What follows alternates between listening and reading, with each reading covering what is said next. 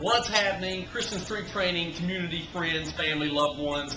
Good to be back with you for an awesome Power Devo. We've had a ridiculous summer of interviews on the radio and speaking engagements and awesome camps out at Carolina Courts. But I want to take a time out here to talk about truth in training. A couple of things that I think are really true about my spiritual training, what really holds my faith firm, and then also a truth that's often overlooked when it comes to lower body training. So let's jump into that part, because one problem area I find with new clients who say, oh, I can't squat or I can't lunge because it hurts my knees, well, typically they're not really squatting and lunging correctly.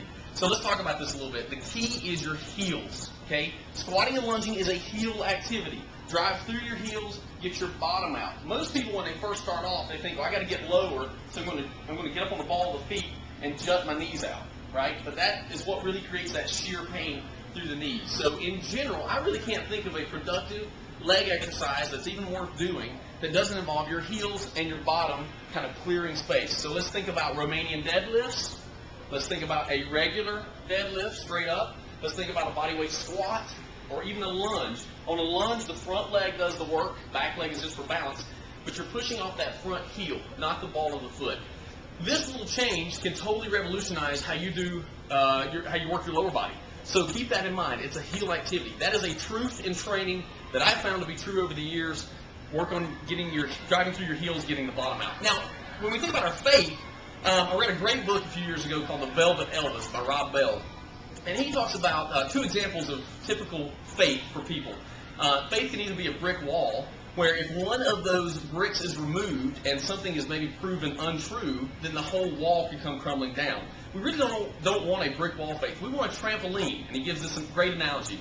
You know, if we think about faith and this kind of whole life with Christ, jumping and going for this ride together, if one of the springs pop off, you can still jump. If two of the springs pop off, 3, 4 of the springs, you can still jump. You can still enjoy your faith. So what represents the springs for you? Maybe what if it was discovered that Jesus didn't actually come from a virgin birth? Would that really change your whole faith? Would it come crumbling down? What if he was married? What if all the miracles weren't actually performed? I mean, would that really greatly impact your faith?